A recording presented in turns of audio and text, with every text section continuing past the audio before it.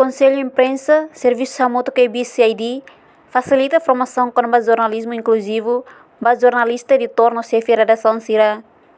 Atividade de formação ne realiza salão Conselho de Imprensa em Quintalbot Dili, sexta-feira longo no Recinto, fulan setembro, tinane. Presidente do Conselho de Imprensa Oteleote HTT. Formação ainda ne nessa realização cooperação entre Timor-Leste Press Country, o ABCID, Broadcast Internacional Nicolau P. Rússia, Austrália. Na formação ne especial para jornalista Sira, onde se makalo notícia ou diversidade katak, todo tamanho notícia. Também livro com manual com baquerek notícia ou diversidade ne lança teona e fulan kotuk luba. No agora hakerek naing rasik mas formador ba formação ainda ne. Ni espera a formação ainda ne jornalista Sira bel entende de dia manual ne bel lança no fai teona ba media Sira, no ne Sira bel habilidade no capacidade com a discussão e Sira minha sala de redação lorong pehira se halo plano cobertura na publicação e idek na media. Formação hoje, luar formação ida realização da cooperação entre Timor-Leste Press Council ou ABCID,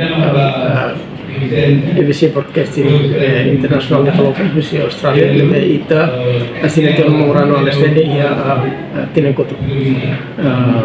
Formação spesial ba USA Indonesia halo notícia diversidade significa emototu tama ia notícia.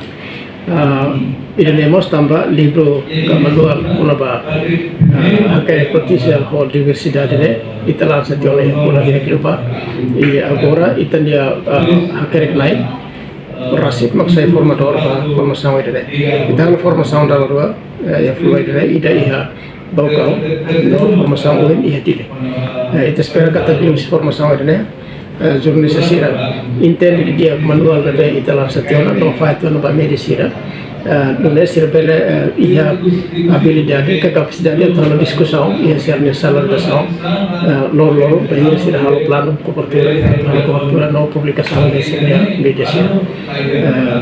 Agradecer tambah participação da formação Máximo Teves, participante sermos ativos de formação esperamos kata kapuin di sini participa formação bele fahetan sirne matene kasih conhecimento ba jurnalista sirne bele maklatir formação namos editor sirne bele maklatir formação Reportagem Senhorinha Pereira, Televisão Timor Post. Janela informação ba emohoto. Atua tem informação atual dia kliu. Kita haluha. Haneham botão subscribe, like. Halo comentário no fahe tutang ba media sosial hotu.